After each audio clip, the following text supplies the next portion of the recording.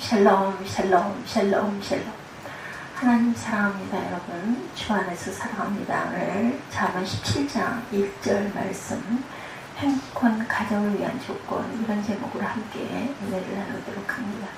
마른 떡 한 조각만 있고도 화목하는 것이 제육이 집에 가득하고 다투는 것보다 나으니라.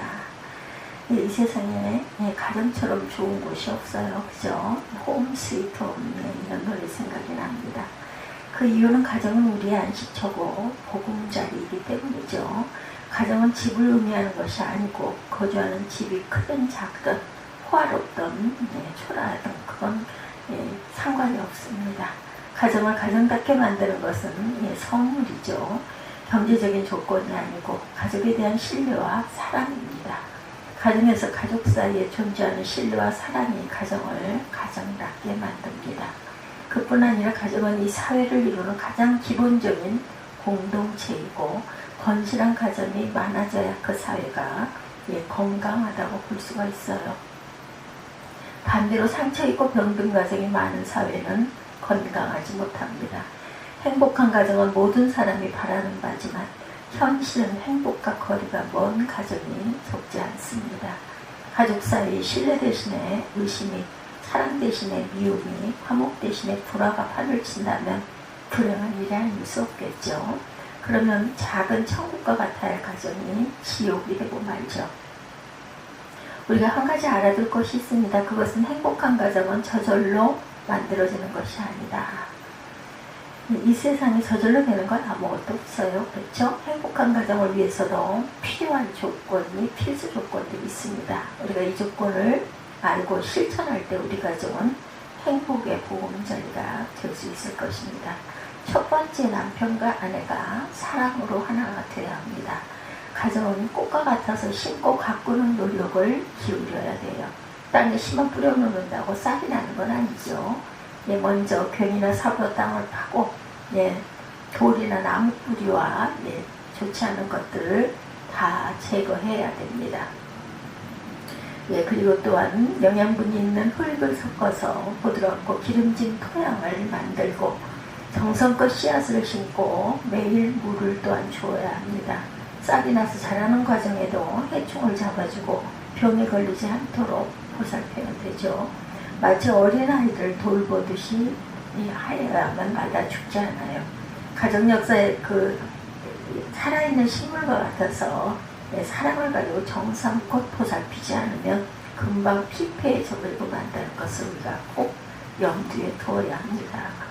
화분 하나를 기른다고 해도 정말 정성이 많이 들어가요. 물을 너무 많이 줘도 안 되고, 물을 너무 조금 줘도 안 되고, 또한 그 꽃나무가 물을 얼마나 좋아하는지 아니면 싫어하는지 그것도 또한 알아야 합니다. 가정이 상처있고 병든 데 대한 책임은 가정 모두에게 있다. 그러나 그 1차적인 책임은 가정의 핵심 구성원인 부부에게 있습니다. 행복한 가정은 부부가 사랑으로 하나 될 때만 가능하다는 것. 하나님께서는 인류의 조상인 아담을 창조하시되 하나님의 모양과 형상대로 지으셨어요. 그런데 하나님이 보시기에 어딘가 부족한 듯이 보였습니다. 전지전능하신 하나님께서는 그 이유가 무엇인지를 알고 계셨죠. 창세기 2장 18절에 보면 야훼 하나님이 가라사대 사람이 독처하는 것이 좋지 못하니 내가 그를 위하여 돕는 베풀을 지으리라, 이렇게 말씀하십니다. 아무리 잘난 사람이라도 혼자서는 완전하지 못하다는 것을 우리는 알아야 합니다. 남자는 여자가 돕는 배필로 함께 할 때 비로소 온전해질 수가 있다는 것. 간혹 보면 자기를 내세우고 아내를 무시하는 남편들이 있지만 그것은 큰 착각이 아닐 수 없어요. 하나님의 말씀과 같이 남편은 아내가 있으므로 온전해진다는 사실을 알아야 합니다. 하나님께서는 하와를 창조하시되 그냥 흙을 빚어서 만들지 않으시고 아담을 깊이 잠들게 하신 후에 그의 갈빗대 하나를 취하셔서 그것으로 여자를 만드셨죠. 머리뼈나 다리뼈가 아닌 가슴에서 갈빗뼈를 취하여 여자를 만드신 데는 뜻이 있었어요. 머리는 생각하는 지체이고 다리는 몸을 지탱하는 지체지만 심장이 박동하는 가슴은 사랑을 나누는 곳이기도 합니다. 우리는 사람이나 마음을 나타낼지 심령을 본딴 하트 모양을 그리죠. 따라서 아담의 갈비뼈로 하와를 지으셨다는 것은 남편과 아내가 사랑을 주고받는 관계라는 뜻이죠. 하나님께서 하와를 아담에게로 이끌어 오시니 아담이 단번에 알아보고 원하기를 이는 내 뼈 중에 뼈요 내 살 중에 살이라. 이것을 남자에게서 취하였은즉 여자라 칭하리라. 이렇게 말하죠.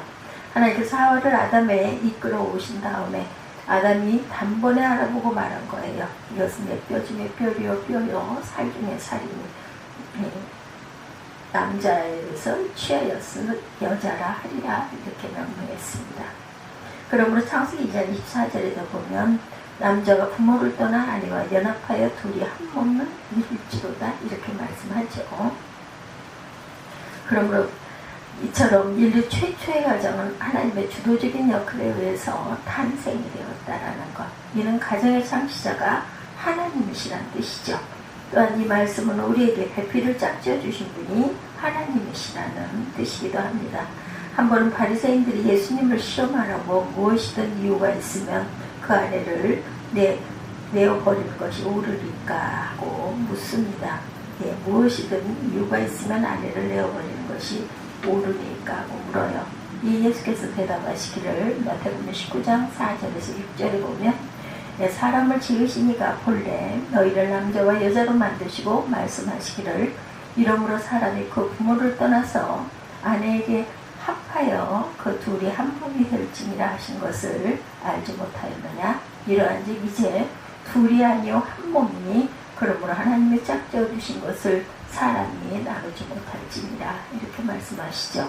바로 이와 같은 이유로 인해서 기독교는 결혼의 신성함을 강조하고 있습니다. 어떤 사연으로 만났던 결국은 하나님께서 짝지어 주신 것이므로 우리는 각자 자기 아내와 남편을 사랑하고 살아가야 한다. 그런데 현실은 어때요? 사랑이 없는 부부들이 적지 않아요. 그렇게 된 데는 여러 가지 이유가 있겠지만 정답은 결혼이 신성한 이유를 알지 못하고 사랑을 가꾸는데 무관심한 결과라고 볼 수밖에 없습니다. 아무리 아름다운 가정이라도 가꾸지 않고 방치하면 얼마 못 가서 잡초가 무성한 흙무지가 되고 말듯이 가정 또한 부부가 서로 사랑으로 가꾸지 않으면 오래지 않아 황폐해지고 만다는 것. 젊음의 아름다움만 보고 사랑하면 나이가 들면 사랑은 식어집니다. 남편이 유능하기 때문에 사랑하면 실직하고 사업에 실패하면 사랑도 사라집니다. 그것은 사랑의 조건을 잘못 알고 있는 것이다. 내 남편이고 내 아내이기 때문에 사랑해야 한다. 하와가 남편의 돕는 배필이 되었듯이 아내는 남편의 부족함을 돕는 역할을 또한 해야 합니다. 그렇다고 아내만 남편을 위한 돕는 배필이냐면 그렇지 않죠. 남편도 아내에게 돕는 배필이 되어야 합니다. 만약 우리 모두가 완전 무별한 사람이라면 그저 혼자 살아도 부족함이 없을 것이므로 배필이 필요치가 않습니다. 그러나 세상에 완전한 사람이란 없어요. 정도의 차이가 있지만 누구나 부족한 부분들이 있죠. 그러므로 아내된 사람은 남편의 부족함을 보거든 실망할 것이 아니라 그 부족함을 내가 보충해 줘야겠다 이런 생각을 할 줄 알아야 되겠다. 이는 남편 된 사람도 마찬가지입니다. 아내의 부족한 점을 보거든 내가 저 부족한 점을 보충해 줘야겠다 이런 생각을 떠내야 합니다. 그렇게 부부가 서로 돕는 배필 노릇을 해나갈 때 둘 사이에 사랑이 자라갑니다. 두 번째로 온 가족이 하나님을 경외해야 한다. 서로가 서로를 도와야 하고 또한 온 가족이 하나님을 경외해야 한다. 가정의 행복과 하나님을 섬기는 것이 무슨 상관이냐 이렇게 반문하는 분들도 계실지 모르지만 아주 밀접한 상관관계가 있습니다. 그 이유는 가정의 창시자가 하나님이시기 때문입니다. 하나님께서 아담에게 하와를 돕는 배필로 주셔서 가정을 이루게 하신 데는 목적이 있어요. 그것은 부부가 서로 협력하여 하나님을 섬겨라 이런 뜻을 가지고 있습니다. 너희가 같이 협력하여 백지장도 맞들면 낫다는 격언이 있죠. 신앙생활도 혼자 하는 것보다는 부부가 서로 힘을 합해서 하는 편이 훨씬 유리합니다. 그래서 남편의 믿음이 약해지면 아내가 붙들어주고 아내가 시험에 들면 남편이 붙들어줄 수 있기 때문입니다. 나는 배우자의 도움이 필요 없어 라고 큰소리 칠 사람은 아무도 없죠. 전도서 4장 9절에서 12절에 이런 말씀이 있습니다. 두 사람이 한 사람보다 나으면 저희가 수고함으로 좋은 상을 얻을 것이니라. 혹시 저희가 넘어지면 하나가 그 동물을 붙들어 일으키려니와 홀로 있어 넘어지고 붙들어 일으킬 자가 없는 자에게는 화가 있으리라. 두 사람이 함께 누우면 따뜻하거니와 한 사람이면 어찌 따뜻하랴.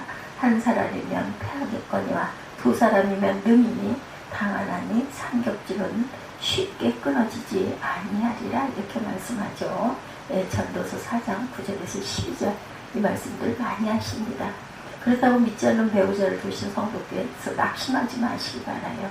성경에 아내된 자여 네가 남편을 구원할지 어찌할수리요. 남편 된 자여 내가 내 아내를 구원할지 어찌할수리요. 있으리요. 고린도전서 7장 16절 말씀이죠. 불신 남편이나 아내가 있는 성도께서는 가족 구원을 소망하면서 기도하고 전도하시기 바랍니다. 그럴 때 성도들도 불신 아내와 남편이 구원받는 복된 결과를 얻게 될 것입니다. 시편 118편 하나님을 경외하는 가정에 복됨을 노래한 내용이죠. 야훼를 경외하며 그 도를 행하는 자마다 복이 있도다. 내가 내 손이 수고한 대로 먹을 것이라. 내가 복되고 형통하리로다. 내 집 내실에 있는 내 아내는 결실한 포도나무 같으며 내 상에 둘린 자식은 어린 감람나무 같으리로다. 야훼를 경외하는 자는 이같이 복을 얻으리로다. 야훼께서 시온에서 내게 복을 주실지어다. 너는 평생의 예루살렘의 복을 보며 내 자식의 자식을 볼지어다. 이스라엘에게 평강이 있을지로다. 그리고 우리는 자녀들을 신앙으로 양육하는 데도 또한 관심을 가져야 합니다. 믿는 부모는 자녀들의 신앙생활을 도와줄 책임이 있어요. 어려서부터 교회 안에서 자란 아이들은 어른이 되어서도 변함없이 신앙을 잘 지켜갑니다. 그만큼 어렸을 적에 받은 가마는 영향력이 크다는 것, 할 수 있는 대로 온 가족이 모여서 가정 예배를 드리시기 바랍니다. 가정 예배를 통해 하나님을 경외하는 법을 배우게 되고 기도하고 성경을 읽는 좋은 습관을 가질 수 있다는 것이에요. 언젠가 어느 성도님이 유치원에 다니는 자녀를 교회에 데리고 오지 않는 것을 보고 물어보았어요. 아무개가 없는데요. 어디가 아픈가요? 그러자 그 성도님 대답하기를 애가 교회에 오는 것을 싫어해서요. 이렇게 답을 합니다. 그래도 교회에 데리고 와서 신앙으로 키워야죠. 그러나 그 성도님은 대답하기를 신앙은 각자의 자유니까 나중에 생각이 바뀌면 자발적으로 나오겠죠. 이렇게 대답을 합니다. 헌법에 신앙의 자유가 보장되어 있다고 해서 어린 자녀에게 알아서 신앙생활을 하든지 말든지 하라고 하는 것은 부모의 신성한 책임을 포기하는 것이라는 것. 계속해서 보여주고 권면해야 되죠. 요즘에는 억지로 부모가 가자한다고 억지로 따라오지는 않습니다. 자녀의 영혼을 우리가 위해서 항상 중보하고 기도하고 또한 모습으로 보여주고 이게 중요하죠. 부모의 역할은 자녀들을 먹이고 입히고 학교 보내는 것이 전부가 아니고 신앙으로 양육해서 신실한 그리스도인이 되게 하는 것이 포함되어 있다는 것을 잊지 마십시다. 성경에도 부모의 신앙적인 가마 아래 양육받은 인물들이 여러 나오죠. 많이 여러분들 아십니다. 그 가운데 사무엘은 어머니 한나가 수태하지 못해서 하나님께 기도해서 얻은 아들입니다. 한나는 사무엘을 자기 품에서 키우려 하지 않고 젖을 떼자마자 엘리 제사장에게 맡겨서 성소에서 하나님을 섬기는 일을 하게 합니다. 그랬더니 하나님께서 어린 사무엘을 귀히 여기시고 이스라엘의 사사로서 선지자로서 큰 일을 감당하게 하셨죠. 사도 바울은 동역자인 디모데에게 편지하기를 나의 밤낮 간구하는 가운데 쉬지 않고 너를 생각하여 성결한 양심으로 조상적부터 섬겨오는 하나님께 감사하고 내 눈물을 생각하여 너 보기를 원함은 내 기쁨이 가득하게 하려 하니 이는 내 속에 거짓이 없는 믿음을 생각합니다. 이 믿음은 먼저 내 외조모 로이스와 내 어머니 유니게에 속해 있더니 내 속에도 있을 줄 확신하노라. 디모데후서 1장에 이렇게 증거하고 있습니다. 3절부터의 내용입니다. 이는 디모데가 진실한 복음 전파자가 된 것은 조상적부터 섬겨오는 하나님의 은혜고 외할머니나 어머니가 믿음을 물려주는 결과다, 이런 뜻입니다. 부모가 하나님을 경외하는 모범을 보일 때 자녀들이 보고 하나님이 섬기는 법을 배우게 된다는 것, 그리고 이렇게 온 가족이 하나님을 경외할 때 행복한 가정을 이루고 갈 수 있습니다. 예, 오늘 잠언 17장 1절부터 행복한 가정을 위한 조건, 이런 제목으로 함께 은혜를 나누고 있습니다. 세 번째로 온 가족의 가정에 화목을 이루는 데 힘써야겠다. 17장 1절이죠. 마른 떡 한 조각만 있고도 화목한 것이 육선이 집에 가득하고 다투는 곳보다 나으니라, 이렇게 말씀했어요. 살다 보면 가족 간에 다투는 일이 없을 수는 없지만 그것은 극히 예외적인 경우에 한정되어야 하고 평소에는 화목한 분위기가 유지되어야 합니다. 또한 화를 내고 다투었더라도 곧바로 화해를 해서 원래 분위기로 돌아갈 수 있어야 되겠다. 예, 분을 내어도 죄를 짓지 말며 해가 지도록 분을 품지 말고 마비로 틈을 타지 못하게 하라. 에베소서 4장 27절이죠. 가정의 화목을 위해서는 가정의 권위를 인정해야 합니다. 아내는 자녀들 앞에서 남편의 권위를 높여주어서 남편이 긍지를 가지고 가정 노릇을 할 수 있도록 협조해야 하고, 그런가 하면 남편은 아내의 권위를 높여주어서 자녀들이 무시하지 못하게 해야 합니다. 그러나 가정의 권위는 가정의 평화로운 질서를 위해 선용을 해야지 가족의 복종을 요구하는 강압적인 그런 권위가 되어서는 안 되겠다. 가정폭력이라는 말을 요즘 심심치 않게 듣기도 하죠. 이는 다 가족 내에서 일어나는 폭력을 말하는데 그 종류로는 아동학대, 배우자학대, 노인학대 등이 있습니다. 서로 사랑하고 보살펴 주어야 할 가족을 학대의 대상으로 삼다니 아주 안타까운 일입니다. 그러나 통계조사에 의하면 유감스럽게도 가족폭력이 줄어들지 않고 있다고 그래요. 가족폭력은 육체적으로나 경제적으로나 힘이 센 사람이 상대적으로 힘이 약한 가족에게 행사하는 거죠. 아동학대는 부모에 의한 경우가 대부분이고 배우자 학대는 주로 남편에 의한 것이나 덜어는 아내에 의한 경우도 있다고 합니다. 부모 학대는 주로 아들이나 며느리에 의해서 학대를 한다고 그러네요.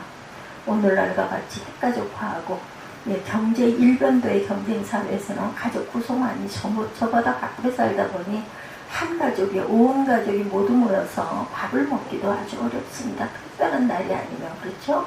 그러다 보니 가족 간의 대화가 없이 지내기가 쉽죠. 그리고 대화의 단절은 가족의 유대감을 잃게 만들어서 가정 분위기를 삭막하게도 합니다. 그러므로 우리는 바쁜 가운데서도 가족이 한자리에 만나 대화할 수 있는 기회를 만드는데 힘써야겠습니다. 특히 사춘기 자녀를 둔 부모는 자녀들과 대화할 시간을 의도적으로라도 자주 만들어서 그들의 생각을 듣고 상담하는 자세가 필요합니다.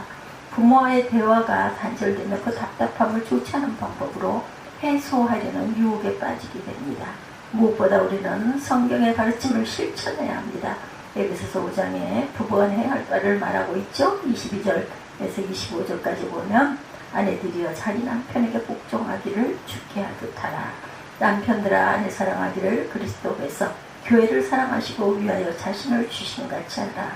그리고 자녀를 둔 부모에게는 에베소서 6장 4절부터 보면 또 아비들아 너희 자녀를 노엽게 하지 말고 오직 주의 교양과 훈계로 양육하라. 자녀들아 너희 부모를 주 안에서 순종하라. 이것이 옳으니라. 내 아버지 어머니를 공경하라. 이것이 약속 있는 첫 계명이니 이는 내가 잘되고 땅에서 장수하리라. 이렇게 말씀하고 있어요. 에베소서 6장 1절부터 3절까지 내용입니다. 이러한 성경 말씀과 같이 가족 구성원이 자기의 위치를 알고 서로에 대해서 행할 바를 지킨다면 가정에서 불화와 다툼이 생길 리가 없겠죠. 그리고 우리가 잊지 말아야 할 것은 가정의 화목을 위해서라면 자기의 정당한 주장이라도 포기할 줄도 알아야 한다. 그리고 가족 간의 언사에 조심해야 합니다. 우리는 가족이니까 말을 함부로 해도 된다는 생각을 하기 쉽지만 잘못된 생각이죠. 우리 주위에는 남편이 무심코 던진 한마디 때문에 오랜 세월을 마음으로 남편과 등진 채 살아온 아내가 있는가 하면, 또한 부모가 한 말에 상처를 입고 부정적인 인생을 살아가는 자녀들도 있습니다. 가족이기 때문에 오히려 말을 더 조심해야 한다. 가까울수록 예의를 지켜라 이런 말이 있죠. 예, 월간 목회 우로에 나온 그런 내용입니다. 아버지를 만나 아버지에게 항상 욕만 먹고 매를 맞는 아이가 있었다고 그래요. 아이는 아버지만 보면 중력이 들고 무서웠습니다. 아버지가 보이지 않을 때만 집에 들어가서 아버지가 없을 때만 안심할 수가 있었다고 그래요. 그런데 하루는 선생님이 어려운 숙제를 내줍니다.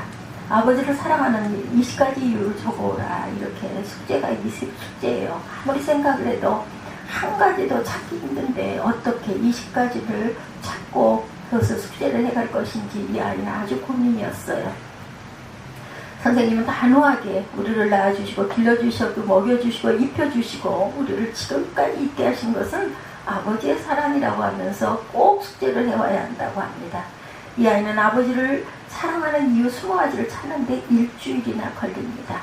근데 이번에는 더 어려운 숙제가 주어져요. 그것을 가지고 아버지가 1대1로 만나서 읽어드려라 이렇게 숙제를 내주세요. 큰일이 났습니다. 아버지는 보기만 하면 큰 소리로 야단치고 그리고 빌미를 잡아서 때리기 일쑤인데 어떻게 아버지가 1대1 자리를 만들어 이것을 읽어준단 말인가. 아주 큰 고민입니다. 그래도 이것은 꼭 하지 않으면 안 되는 숙제이기 때문에 아버지를 만나지 않을 수가 없었다고 그래요. 아이는 안방에서 TV를 보고 있는 아버지에게 찾아갑니다. 아버지 학교 숙제를 좀 도와주세요. 그래서 아버지는 학교 숙제는 내가 해야지 나를 방해하지 마 하고 호통을 칩니다. 그래도 아이는 용기를 내어서 아버지 앞에 가서 이 숙제는 아버지가 도와주지 않으면 안 되는 숙제예요. 그렇게 말하고 아버지가 보고 계시는 TV를 꺼버립니다. 재밌게 보고 있던 프로를 아들이 꺼버리죠. 어떻겠어요? 아버지가 화가 잔뜩 나서 손을 들고 아이를 쥐어박고 때립니다. 그래서 아이는 아버지에게 맞을 각오를 하고 꼭 숙제를 해야겠다 결심을 하죠. 그래서 아버지가 손을 들고 때리는데도 아버지를 사랑하는 20가지 이유를 꺼내 아버지 앞에 펼쳐놓습니다. 아버지는 아들을 때리다 말고 아버지를 사랑하는 20가지 이유라는 그 단어를 보더니 갑자기 손을 멈추고 눈을 휘둥그렇게 떠들합니다. 맨날 욕이나 먹고 또 터지는 녀석이 아빠를 사랑하는 20가지 이유라니. 아버지는 들었던 손으로 아이를 감싸고 아들이 20가지 이유를 읽는 내내 울먹이 없다 그래요. 아마도 그날 이후로 이 아이와 아버지는 불화를 청산하고 화목의 관계로 이루고 가지 않았을까 싶습니다. 사람들은 화목한 가정을 원하면서도 그 방법을 몰라서 포기하는 경우가 많습니다. 알고 보면 어렵지가 않죠. 자기를 희생할 각오를 하면 됩니다. 화를 내야 할 때 참는 훈련을 하면 되고 자기 말만 하려 하지 말고 상대방의 이야기도 들어주고 상대방을 사랑하는 마음을 배려하는 마음을 가지면 되겠죠. 우리말로 집이라는 번역의 말은 영어로는 홈이죠. 홈을 단순한 건물로서의 집을 의미하지 않고 포근한 가정 분위기를 연상시키는 단어입니다. 우리 사회의 따뜻한 사랑의 보금자리인 홈이 아니라 요즘은 단지 건물을 의미하는 하우스로 전락한 가정들이 늘고 있어요. 한 해 동안 발생한 전체 이혼 건수를 해당 연도의 인구수로 나눠 1000분율이라고 표시하는 것을 조의 혼율이다 이렇게 얘기를 한다고 그러는데요. 2002년도 그 조사 기록입니다. 우리나라 조의 혼율은 3.0, 미국이 4.0보다 낮지만 덴마크 2.8 등 유럽 국가와 일본 국가보다 높게 나타났다고 합니다. 그리고 2004년 1월 말 우리나라 이혼율은 9.3%로 11쌍 가운데 한 쌍꼴로 이혼을 하는 셈으로 통계가 나타났다고 해요. 이 같은 수치는 과거에는 상상도 하지 못했던 수치였다고 그러죠. 심각한 것은 사람들이 이러한 현실에 무감각해져 있다는 것. 그러나 이러한 때일수록 우리 그리스도인들은 가정을 건실하게 지켜감으로 이 어두운 사회에 빛을 발해야 할 것입니다. 행복한 가정을 이루기 위한 조건, 첫째 남편과 아내가 사랑으로 하나가 되고 둘째 온 가족이 하나님을 경외해야 할 것이며 셋째 온 가족이 가정의 화목을 이루는 데 힘써야 되겠다. 이 세 가지 조건을 힘써 준행함으로 성도님들의 가정마다 화목이 넘치는 사랑의 보금자리가 되기를 주님의 이름으로 축복합니다. 오늘 잠언 17장 1절 마른 떡 한 조각만 있고도 화목한 것이 제육이 집에 가득하고도 다투는 것보다 나으니라. 이런 제목으로 함께 행복한 가정을 위한 조건 이렇게 함께 연애를 나눴습니다.